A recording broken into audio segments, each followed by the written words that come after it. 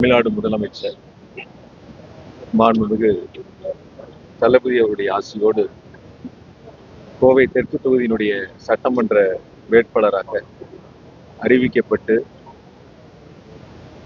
அறிவிப்புக்கு பின்னர் கோவை மாவட்டத்தினுடைய தொழில் முனைவோர்கள், அமைப்புகள், சில சங்கங்கள் என அனைத்து தரப்பட்ட நிர்வாகிகளையும் நேரிலே தொடர்ந்து 20 தினங்களாக சந்தித்தோம். அந்த சந்திப்பில் எங்களோடு கோவை நாடாளுமன்ற உறுப்பினர் அண்ணன் கணபதி ராஜ்குமார் அவர்களும், பொள்ளாச்சியினுடைய நாடாளுமன்ற உறுப்பினராக சிறப்பாக பணியாற்றிய போற்றுதலுக்குரிய அண்ணன் சண்முகம் அவர்களும் இணைந்து தொழில் முனைவர்களை மிக சிறப்பாக முறையில் அவர்களை சந்தித்து அவருடைய கோரிக்கைகளை கேட்டு திராவிட மாடல் அரசு 2.0 அமைந்தவுடன் ஆட்சி அமைந்தவுடன் கோவைக்கு என்னென்ன திட்டங்கள் செயல்படுத்தப்பட வேண்டும் என்ற அவருடைய விருப்பத்தை எல்லாம் முழுமையாக கேட்டு இந்த 20 நாட்களில் தொழில் முனைவோர்கள், பொதுமக்கள், வணிக பெருமக்கள் என அனைவரும் சொன்ன கருத்துக்களின் அடிப்படையில் அடுத்த 5 ஆண்டுகளில் திராவிட முன்னேற்ற கழகத்தினுடைய ஆட்சியில் மாண்பு முதலமைச்சர் தளபதியுடைய வழிகாட்டுதலோடு செயல்படுத்தக்கூடிய திட்டங்களுக்கான ஒரு வடிவமைப்பை உருவாக்கி இருக்கின்றோம். இதனுடைய தலைப்பு 1 லட்சம் கோடியில் கோவை மாவட்டத்திற்கான வளர்ச்சி திட்டங்கள்.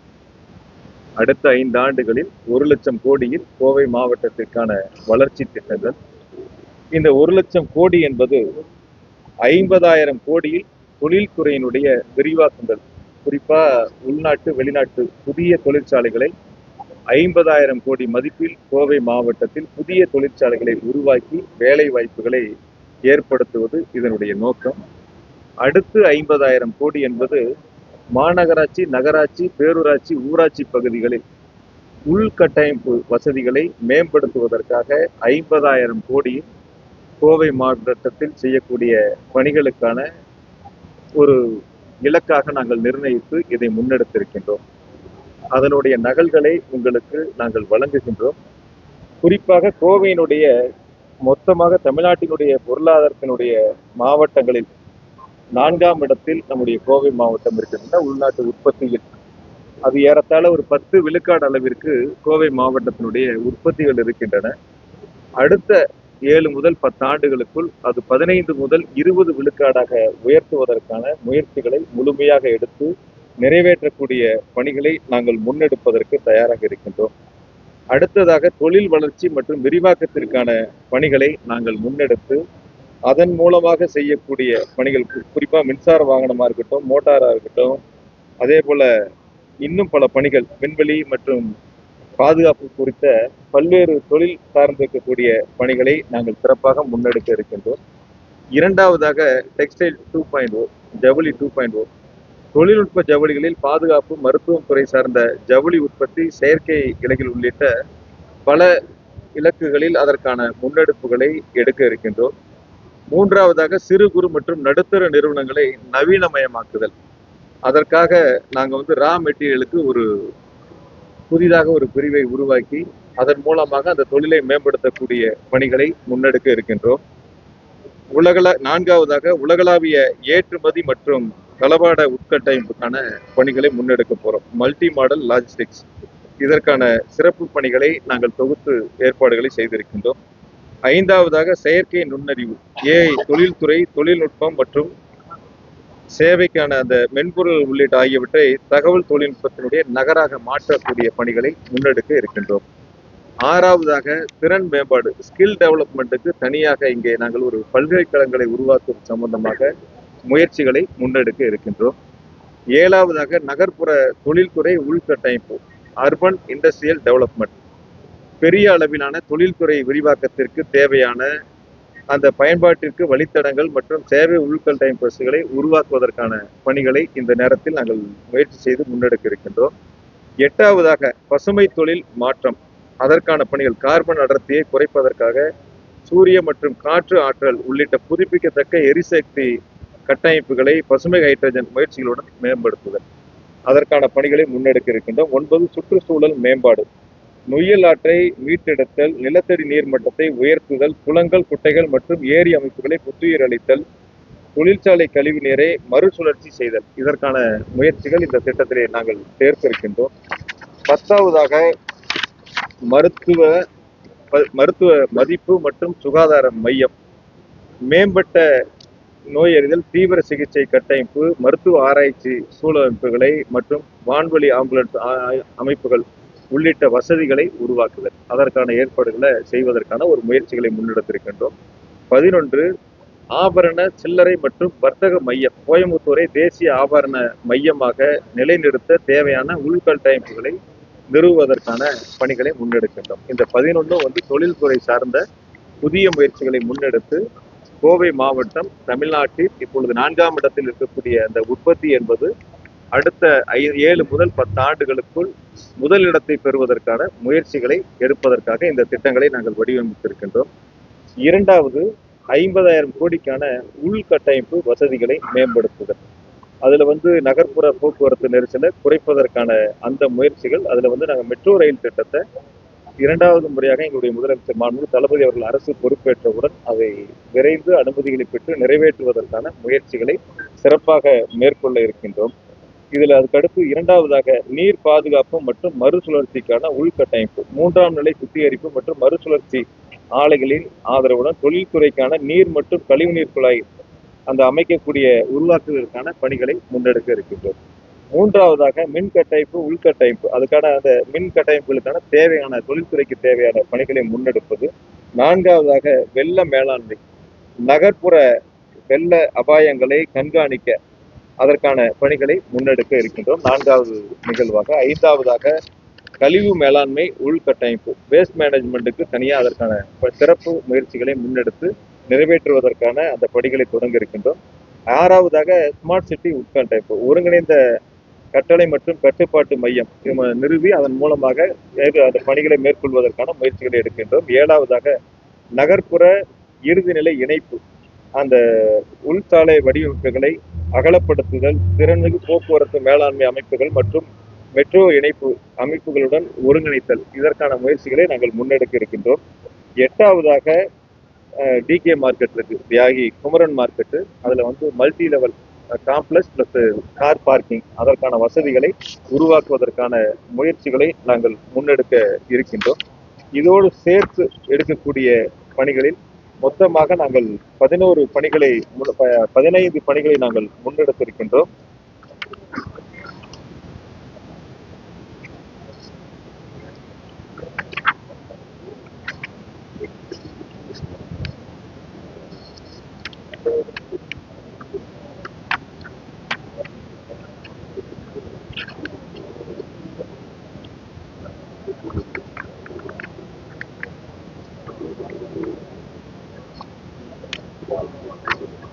அதுக்கடுத்து ஆழியாறு நல்லாறு திட்டம், கேரள அரசோட பேசி தமிழ்நாடு அரசு விரைந்து முடிப்பதற்கான அந்த திட்டத்தை செயல்படுத்துவதற்கான ஒரு முயற்சிகளை, இந்த பகுதி மக்களுடைய கோரிக்கைகளை ஏற்று செயல்படுத்துவதற்கான முன்னெடுப்புகளை நாங்கள் தொடங்க இருக்கின்றோம்.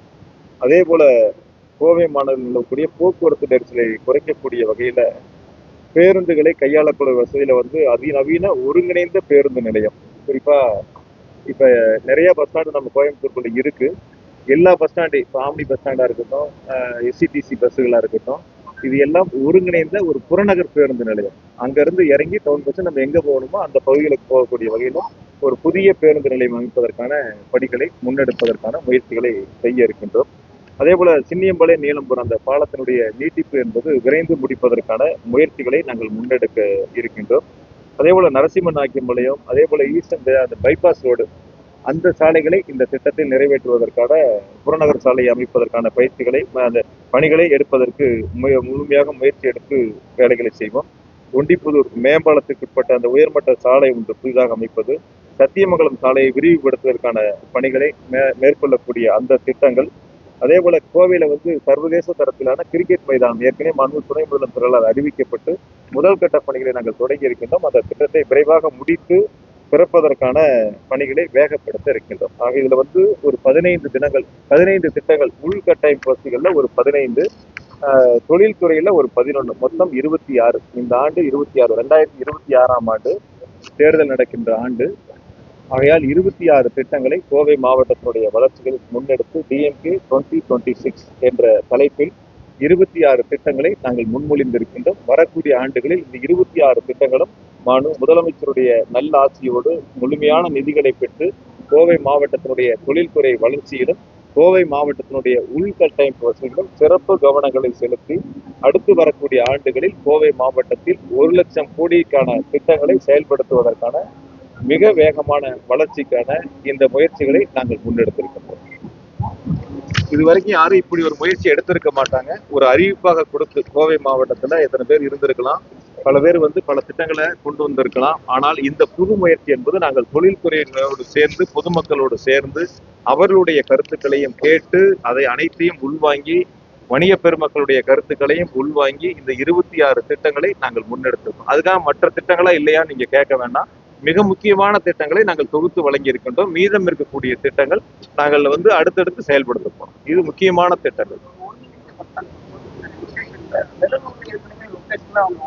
இல்ல, வெள்ளலூருடைய பேருந்து நிலையம் வேற. அது அந்த பகுதிக்கான ஒரு பேருந்து நிலையமாக அவங்க வடிவமைச்சிருக்காங்க. அது வெள்ளலூர் பேருந்து நிலையம் அனைத்து பேருந்துகளும் அங்கு சென்று வரக்கூடிய சூழல் இருக்காது. இது புறநகர் பகுதிக்கு வரும்போது புதிய பேருந்து நிலையம் அனைத்து பேருந்துகளும் அங்கு செல்லக்கூடிய ஒரு அமைப்பை உருவாக்க போறோம். எப்படி திருச்சியில எப்படி இருக்கு, இப்ப சென்னையில எப்படி இருக்கு, அது மாதிரியான ஒரு பஸ் ஸ்டாண்டு கோயம்புத்தூர் இடம் இனிமேல் தான் சார் நாங்கள் பார்க்கணும். இடத்த பார்த்து நாங்கள் தீர்வு பண்ணி மிகப்பெரிய ஒரு கோவையினுடைய ஒரு அடையாளமாக இருக்கும் இந்த புதிய பேருந்து நிலையம். கோவையினுடைய ஒரு அடையாளமாக இருக்கும் இந்த புதிய பேருந்து நிலையம்.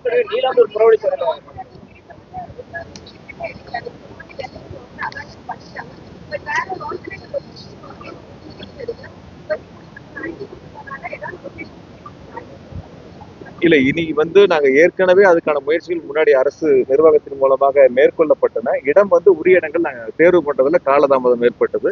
இப்ப விரைவா அந்த இடத்தை தேர்வு பண்ணி புதிய பேருந்து நிலையம் அமைப்பதற்கான முயற்சிகள் முழுமையா எடுப்போம். சார், வெள்ளலூர் பஸ் ஸ்டாண்டு அது அங்க செயல்படுவது அங்க இருக்கக்கூடிய மக்களுடைய விருப்பங்கள் அடிப்படையில இப்ப நிறைய பஸ் ஸ்டாண்ட் இருக்கு. நம்ம கோயம்புத்தூர்ல வெள்ளலூர் மட்டும் பஸ் ஸ்டாண்டு கிடையாது, நிறைய பஸ் ஸ்டாண்ட் இருக்கு. இந்த பஸ் ஸ்டாண்டெல்லாம் ஒரு புறநகர் பகுதிக்கு போகும்போது எந்த இடத்துலயும் போக்குவரத்து நெரிசல் இருக்காது. அந்த புறநகர் பஸ் ஸ்டாண்ட்ல இப்ப எப்படி சென்னையில இருக்கு புது பஸ் ஸ்டாண்டு, அது மாதிரி திருச்சியில எப்படி புது பஸ் ஸ்டாண்ட் இருக்கு, அது மாதிரி ஒரு புதிய பேருந்து நிலையம் உருவாக்கி அங்க இருந்து சிட்டிக்குள்ள வரக்கூடிய பஸ் எல்லாம் அங்க டவுன் பஸ்ல ஏறி மாறி வரக்கூடிய ஒரு சூழலை உருவாக்குவதற்கான ஒரு முயற்சிகளை முன்னெடுத்திருக்கோம்.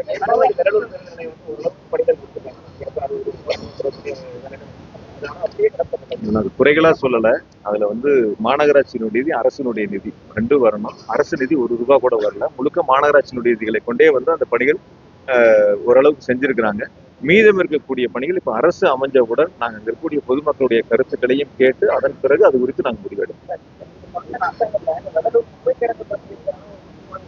வெள்ளலூர் குப்பை, அதாவது வெள்ளலூர் குப்பை கிடங்கு அங்க இருக்கக்கூடிய பொதுமக்களுடைய கருத்துக்கள், எங்களுடைய மாநகராட்சியினுடைய மன்ற உறுப்பினருடைய கருத்துக்கள், வணிக சங்கங்களுடைய கருத்துக்கள், தொழில் முனைவோருடைய கருத்துக்கள்லாம் கேட்டு அதன் பிறகு அந்த நடவடிக்கை எடுப்பதற்கு நாங்க தயாராயிருக்கிறோம். அதனால குப்பை கிடங்கை பொறுத்த வரைக்கும் நாங்க இதுல கொடுக்கலங்கிறது சொல்ல வேண்டாம். நான் தான் ஆரம்பத்திலேயே சொன்னேன், இதுல இருக்கிறத மட்டும் நாங்க செயல்படுத்துவோம், இதுல இல்லாததையும் நாங்க செயல்படுத்த போறோம். இதுல இருக்கிறது முக்கியமா தொழில்துறை சார்ந்த அறிவிப்புகளை கொடுத்திருக்கிறோம், தேர்தல் வாக்குறுதியா கொடுத்திருக்கிறோம். அதே போல உள்கட்டமைப்பு வசதிகளுக்கான தேர்தல் வாக்குறுதி கொடுத்திருக்கிறோம். இந்த குப்பை கிடங்கு பொறுத்த வரைக்கும் நாங்கள் அடுத்த கட்ட முயற்சிக்கு ஏற்கனவே நாங்க ஒரு திட்டமிடல் வச்சிருக்கிறோம். அது ஆட்சி அமைஞ்சவுடன் நாங்கள் செயல்படுத்துறோம்.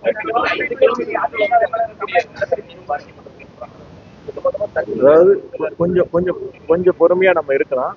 அதாவது 4ஆம் தேதி வாக்கு எண்ணிக்கை பிறகு நிச்சயமாக மாண்பு முதலமைச்சர்கள் ஆட்சி பொறுப்பேற்று விரைந்து அந்த குப்பை கிடங்கிற்கு ஒரு உரிய தீர்வை நாங்க எட்டுவோம்.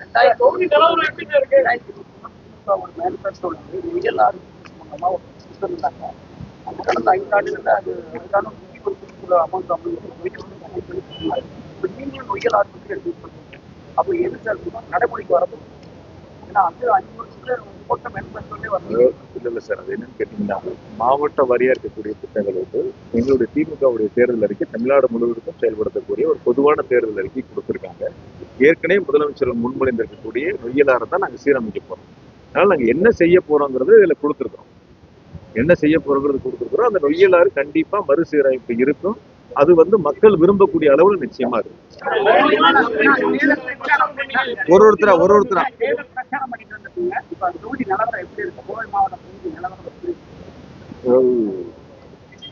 கோவையில் இருக்கக்கூடிய 10 சட்டமன்ற தொகுதிகளிலும் மிக எழுச்சியோடு நாங்கள் வாக்காளரை சந்திக்கின்ற பொழுது எங்களுடைய மதசார்பற்ற முற்போக்கு கூட்டணியுடைய வேட்பாளர்களுக்கு மாண்பு முதலமைச்சர் அவர்களால் அறிவிக்கப்பட்ட வேட்பாளர்களுக்கு அந்தந்த தொகுதியினுடைய மக்கள் மிக உற்சாகமான ஒரு வரவேற்பை கொடுத்து எங்கள் வாக்கு உதயசூரியனுக்கு கை சின்னத்துக்கு என்பதை உறுதி செய்திருக்கின்றார்கள்.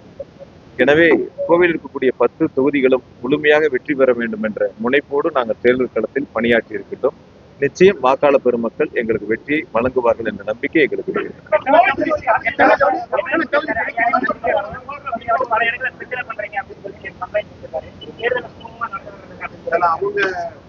மனு கொடுத்து சில மணி நேரங்களில் திமுக சார்பே ஒரு மனு கொடுத்து அதனாலதான் அதாவது நாங்க எப்பயுமே தேர்தலை சுமூகமா நடத்தணுங்கிறது தான் எங்களுடைய விருப்பம். அதுல எந்த விதமான மாற்று கருத்தும் இல்லை.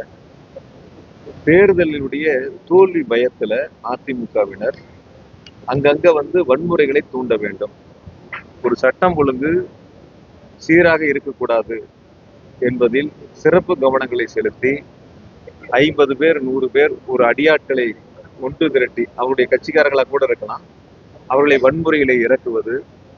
நான் கேட்கிறேன், ஒரு தேர்தல் நேரம் இப்ப இன்னைக்கு 6 மணியோட முடியுது. 6 மணிக்கு பிறகு வெளியூர்காரர்கள் தங்கி இருக்கக்கூடாது என்பது தேர்தல் ஆணையத்தினுடைய விதிமுறை. 6 மணிக்கு பிறகு அவர்கள் சொல்லுகின்ற அல்லது முன்மொழியக்கூடிய கருத்துக்கள் வெளியூர்காரங்க தங்கியிருக்காங்கன்னு சொன்னா ஓகே. இப்ப தேர்தல் நடைமுறையில் இருக்கின்ற பொழுது வாக்குகளை சேகரிக்கின்ற பொழுது ஒவ்வொரு அரசியல் கட்சிக்கும் அவரவர் விருப்பப்பட்டவர்கள் அவரவர் தொகுதியில் சென்று வேலை பார்ப்பது இயற்கை. இப்ப நாடாளுமன்ற தேர்தல் நடந்துச்சு, எங்க கணபதி ராஜ்குமாரன் எதிர்த்து பிஜேபியில் ஒரு வேட்பாளர் நின்னாரு. அவருக்கு தமிழ்நாடு முழுக்க இருந்து பிரச்சாரங்கள்லாம் முன்னெடுத்தாங்க. அங்கங்க முகாம் போட்டு பல மாநிலங்களுடைய கார்கள்லாம் நின்றுச்சு. இன்னைக்கு பிஜேபியினுடைய வேட்பாளர் கோவையில ஒரு தொகுதியில போட்டியிடுறாங்க. வெளி மாநிலங்களை சேர்ந்த முதலமைச்சர் உட்பட அங்க கூடிய அமைப்புகள் RSS அமைப்புகளா இருக்கு, எல்லாரும் இங்க முகாமிட்டு தான் தேர்தல் பணிகளை செய்து கொண்டிருக்கின்றார்கள். ஆக ஒரு அரசியல் கட்சிக்கு யார் யார் விருப்பப்படுகிறார்களோ அந்த தொகுதியில சென்று தேர்தல் பணியாற்றுவது இயற்கை. 6 மணிக்கு மேல் அது போன்று யாரேனும் தங்கி இருந்தால் அது குறித்து குறைகளை சொல்லலாம். அதை விட்டு வெளியூர்காரர்கள் இங்கே இருந்து பணியாற்றுகிறார்கள் என்பது என்னை பொறுத்தவரை அது ஏற்புடையதல்ல.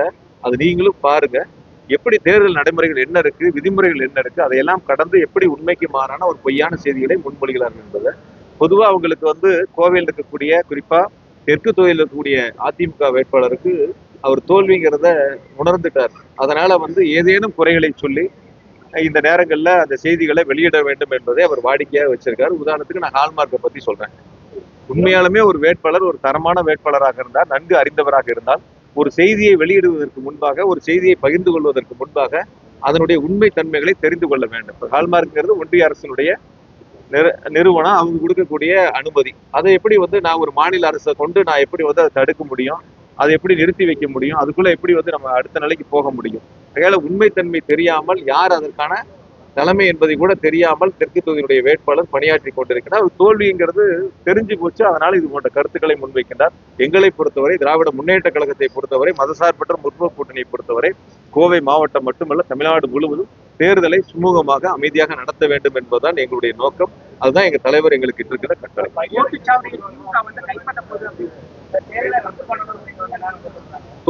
தோத்து போறவங்க என்ன சொல்லுவாங்க சார்?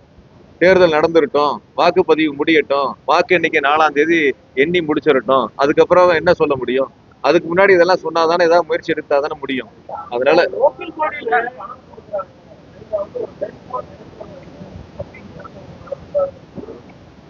ஏதாவது ஒரு இடத்துல அவங்க நிரூபிக்கணும். குற்றச்சாட்டு என்ன வேணாலும் சொல்லலாம், குற்றச்சாட்டுகள் என்ன வேணாலும் சொல்லலாம், யார் மீது யார் வேணாலும் சொல்லலாம். இதையே நான் திருப்பி சொல்றதுக்கு எவ்வளவு நேரம் ஆகும்? இதையே அதிமுக என்ன செய்யறாங்க, என்னென்னலாம் கொடுத்துருக்காங்க நான் சொல்றதுக்கு எவ்வளவு நேரம் ஆகும்? அது சொன்னா அரசியல் நாகரீகமா இருக்காது. அதனால தேர்தல் களத்துல மக்களை சந்தித்து வாக்குகளை கேட்டு செய்த திட்டங்களை சொல்லி செய்யக்கூடிய வாக்குறுதிகளை சொல்லி வாக்குகளை சேகரித்தால் மக்கள் வாக்களிப்பதற்கான அந்த முயற்சிகளை அவர்கள் முன்னெடுத்தால் சிறப்பாக இருக்கும். அதை விட்டு மாற்று வழியில் சிந்தித்து சட்டம் ஒழுங்கை இருக்கக்கூடிய அமைதியான ஒரு மண்ணை கலவர பூமியாக்க முயற்சிப்பது ஒருபோதும் ஏற்றுக்கொள்ள முடியாது. அந்த முயற்சி எடுத்தால் நிச்சயமாக அவர்கள் அந்த முயற்சி பலிக்காது.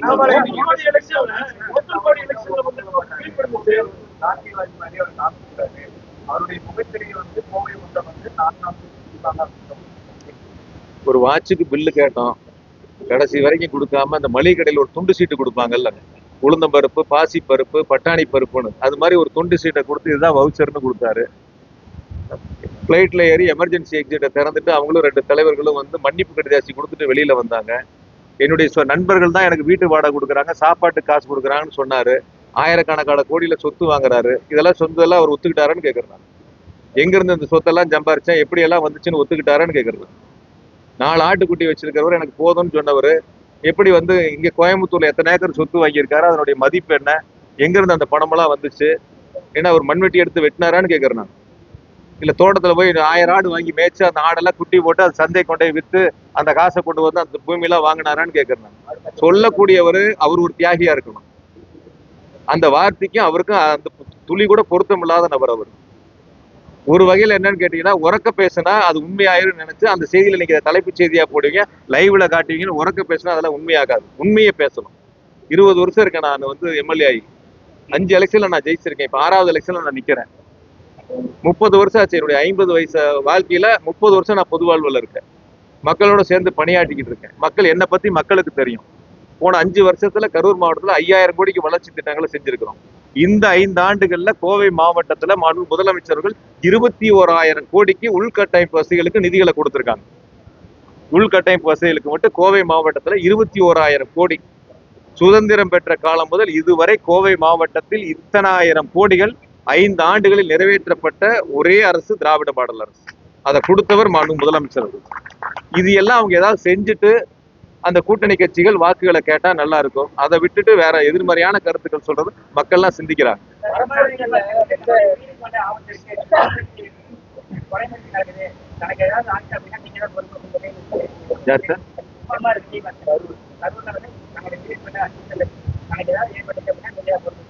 நான் கோயம்புத்தூர்ல இருக்கேன், அவரு கரூர்ல இருக்காரு. இங்க இருந்து எப்படி இந்த போர் நடக்குது இல்ல, ஏவுகணை தாக்குதல், அது மாதிரி எதுவும் தாக்குதல் நடத்துறதான்னு கேட்கிறேன். அவர்தான் ஏற்கனவே மனுவெல்லாம் கொடுத்திருந்தாரு காவல்துறையில, எனக்கு வந்து துப்பாக்கி ஏந்திய போலீஸ் பாதுகாப்பு வேணும்னு. அதான் கேட்டு வாங்கிக்க வேண்டியதானே. கேட்டா கொடுக்க போறாங்க, கேட்டு வாங்கிக்க வேண்டியதானே. அது சார் என்ன சார், நான் இங்க ஒரு பக்கம் வேட்பாளர், அவர் அங்க ஒரு பக்கம் வேட்பாளர். சொல்லக்கூடிய கருத்து நியாயமான கருத்தா இருக்கு. பல முறை நான் விளக்க சொல்லிட்டேன், எங்களுடைய முதலமைச்சர்களும் விளக்க சொல்லிட்டாங்க. இதையே திரும்ப நம்ம வந்து பேஞ்ச ரெக்கார்டு திரும்ப போட வேண்டியதில்லை. முதலமைச்சருடைய விளக்கமே போதுமானது. நான் முதலமைச்சர் சொன்ன மிக சிறப்பான அந்த உரையே போதுமானது. நான் சொன்ன ஏற்கனவே சொன்ன விளக்கம் போதுமானது.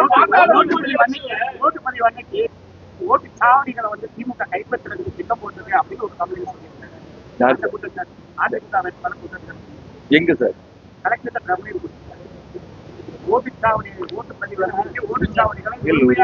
சார் யோகா சார் கேட்டதுக்கு சொல்லிடுறேன். தேர்தல் நடத்துவது ஒன்றிய அரசினுடைய தேர்தல் ஆணையம்.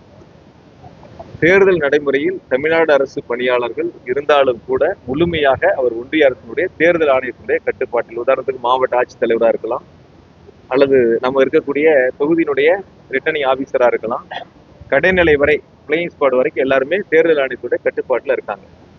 அவங்க சிஆர்பிஎஃப் போலீஸ் வரைக்கும் முழுமையாக ஒன்றிய அரசினுடைய பாதுகாப்பு படை முழுமையா வந்து இறங்கிருக்கு. இது எப்படி வந்து சாத்தியக்கூறுன்னு அவங்க நினைக்கிறாங்க, இது எப்படி நடக்கும்னு அவங்க வேணா அந்த முயற்சி வேணா எடுக்கலாம். அவங்களுக்கு வந்து அவங்க மேல பிஜேபியோட கூட்டணியில் இருக்காங்க, அவங்க வேணா அந்த முயற்சிகளை எடுத்து பார்க்கலாம்.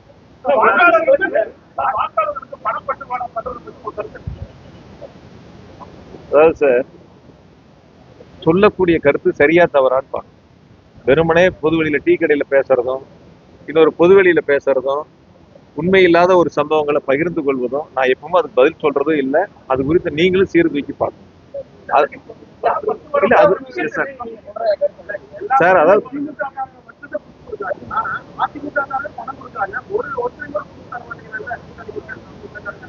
இல்ல சார், அது அந்த கருத்துக்கு நான் வந்து என்னன்னு கேட்டீங்கன்னா, தேர்தல் நியாயமா நடக்கணும், வெளிப்படையா நடக்கணும், மக்கள் விருப்பப்படி வாக்களிக்கணும், தங்கள் யாரை தேர்ந்தெடுக்கணும்னு விரும்புறாங்களோ அவங்களுக்கு வாக்களிக்கணும். இதுதான் நாங்களும் எதிர்பார்க்கிறோம். நேர்மையா நடக்கும். மக்களை சந்திச்சு வாக்குகளை கேட்கணும். நான் இப்போ 5 வீடு இருந்திருக்கேன், இப்போ 6வது வீடுக்கு வரேன் அப்படின்னு கேட்டீங்கன்னா, மக்களை சந்திச்சு நான் செய்யக்கூடிய வேலைகளை சொல்லியிருக்கணும், செஞ்சதை சொல்லியிருக்கணும். அந்த மாதிரி சந்திச்சு வாக்குகளை கேட்டு நேர்மையா தேர்தல் சந்திச்சு செய்யணும். அதுதான் ஒரு வேட்பாளருக்கு ஒரு அடையாளம். அதாவது அது நீங்க யாரு கொடுக்குறாங்க, யார் வாங்கினாங்க அப்படிங்கிறது அவங்க கிட்ட கேட்கணும். நான் ஒருபோதும் ஏத்துக்க மாட்டேன். பொதுவான செய்தி தானே சார் இது. யாரு எப்படி ஏத்துக்குவாங்க, எல்லாரும் எப்படி ஏத்துக்குவாங்கன்னு கேட்கறேன். தேர்தல் நியாயமா நடக்கணும் தானே எல்லாரும் நினைப்பாங்க. நீங்களும் அப்படிதான் நினைக்கிறீங்க, நானும் அப்படிதான் நினைக்கிறேன். தேர்தல் நேர்மையா நடக்கணும், நியாயமா நடக்கணும், மக்களுக்கான திட்டங்களை சொல்லணும், மக்கள் வாக்களிக்கணும். அதுல நான் தெளிவா இருக்கேன், ரொம்ப உறுதியா இருக்கேன். ரெண்டும் தப்பு தான் சார், ரெண்டும் தப்பு தான்.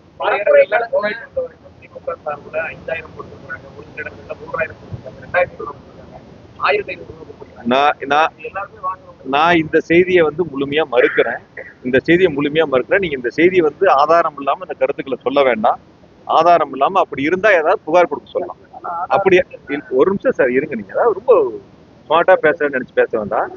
ஆதாரங்கள் இருந்தா போய் மாவட்ட தேர்தல் அதிகாரிகிட்ட மனு கொடுக்கட்டும், ரிட்டர்னிங் ஆபீசர்கிட்ட மனு கொடுக்கட்டும். அதுக்கு பிறகு நான் அது என்னங்கிறத நான் விசாரிச்சு சொல்லுவேன். எந்த ஆதாரமும் இல்லாம பொது வெளியில செய்தியில நீங்க பல நேரங்கள் கேட்பீங்க, ஒரு சம்பவத்தை கேட்பீங்க, அந்த சம்பவத்துல காரணமானவங்க கிட்ட கேட்க மாட்டீங்க, எங்ககிட்ட அந்த கேள்விகளை கேட்பீங்க. யார் அந்த சம்பவத்துக்கு காரணமோ அவங்கள விட்டுருவீங்க, யார் பதில் சொல்றாங்களோ அவங்க கிட்ட தொடர்ந்து கேள்விகளை கேட்பீங்க.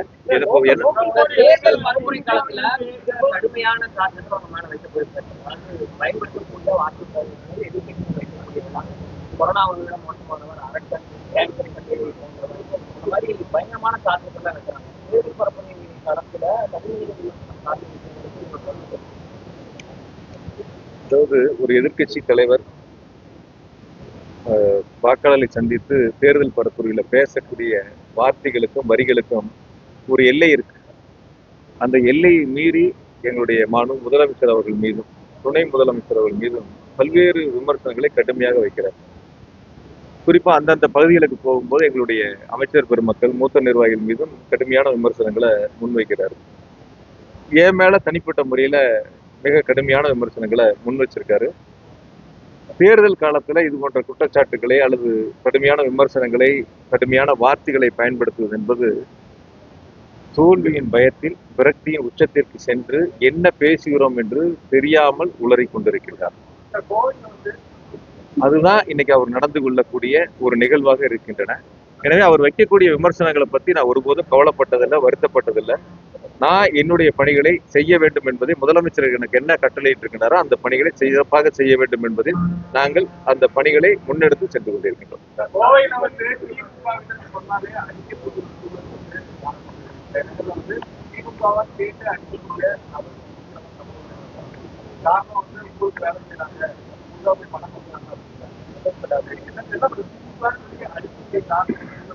இப்ப உங்களுக்கு தெரியுதா யாரு சட்ட ஒழுங்கை வந்து கெடுக்க நினைக்கிறாங்கன்னு? அதாவது இப்ப உங்களுக்கு தெரியுதுல்ல, யார் வந்து சட்டம் ஒழுங்கை வந்து கெடுக்க நினைக்கிறாங்க, யார் தேர்தல் அமைதியா நடக்கக்கூடாதுன்னு உங்களுக்கு தெரியுதா? ஒரு கருத்தை நான் உங்ககிட்ட முன் வைக்கிறேன். இதுவே திருப்பி ஒருத்தர் செஞ்சாங்கன்னு வச்சுங்க, அதனுடைய வழி எப்படி இருக்கும்? அது அமைதியா இருக்குமா தேர்தல்? எங்களை பொறுத்த வரைக்கும் இந்த தேர்தல் அமைதியா நடக்கணும்னு நினைக்கிறோம். அதனால நாங்க எந்த இடங்கள்லயும் ஏதாவது ஒரு சம்பவங்கள் நடந்தா கூட அமைதியா போகணும்னு நினைக்கிறோம். தேர்தல் இல்ல சார், திமுக காரங்க அடி வாங்குறது இல்லை சார். நாங்க அதாவது வந்து நீங்க சட்ட ஒழுங்கு நீங்க கையில் எடுத்துக்க முடியாது சார். ஒருத்தர் உங்களை தாக்குனா நீங்க திருப்பி தாக்க முடியாது. நீங்க கூட காவல் நிலையத்துல புகார் கொடுக்கணும். நாங்க புகார் கொடுத்துருக்காங்க, எங்க நிர்வாகிகள் வந்து புகார் கொடுத்துருக்காங்க. காவல்துறை நடவடிக்கை எடுக்க நம்புறோம். யாருமே வந்து சட்ட கையில் எடுத்துக்க முடியாதுல்ல. ஒருத்தர் நம்ம மேல தாக்குனா நம்ம என்ன பண்ணுவோம், கூட காவல் நிலையத்துல புகார் கொடுக்கணும், காவல்துறை நடவடிக்கை எடுக்கும். அதைத்தான் நாங்க செஞ்சிருக்கோம்.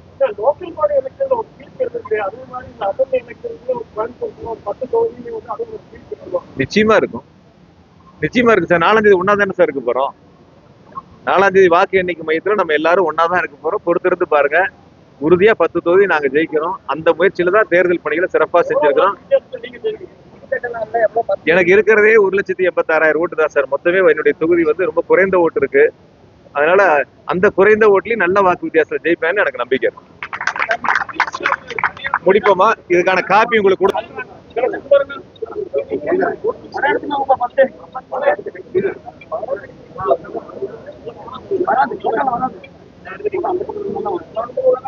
நன்றி.